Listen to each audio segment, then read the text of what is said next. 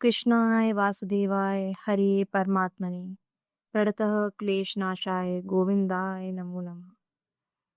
आज हम गीता जी की महिमा का वर्णन करेंगे। श्रीमद् भगवत गीता की महिमा अगाध और असीम है।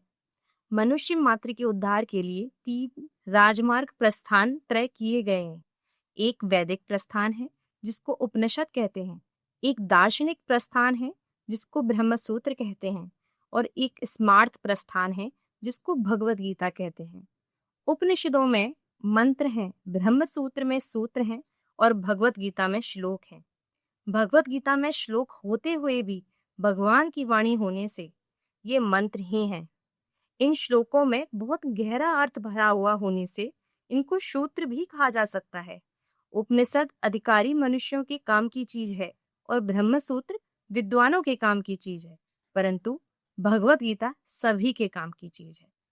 भगवत गीता एक बहुत ही अलौकिक विचित्र ग्रंथ है। इसके साधक के लिए उपयोगी पूरी सामग्री मिलती है, चाहे वह किसी भी देश का, किसी भी वेश का, किसी समुदाय का, किसी संप्रदाय का, वर्ण का, आश्रम का व्यक्ति क्यों ही ना हो। इसका कारण यह है कि इसमें किसी समुदाय विशेष की निंदा या प्रशंसा नहीं की गई है, प्रत्युत वास्तविक तत्व का ही वर्णन है।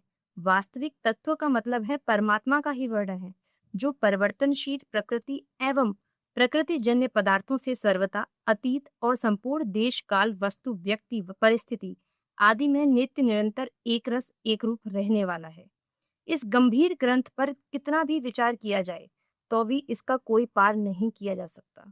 इसमें जैसे जैसे गहरे उतरते जाते हैं वैसे वैसे इसमें गहरी बातें मिलती चली जाती हैं।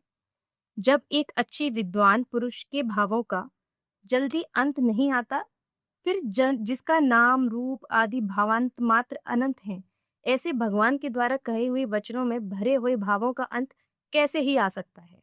और आगे भगवान कहते हैं, इसका मन लगाकर पाठ करने मात्र से बड़ी शक्ति मिलती है, बड़ी शांति मिलती है।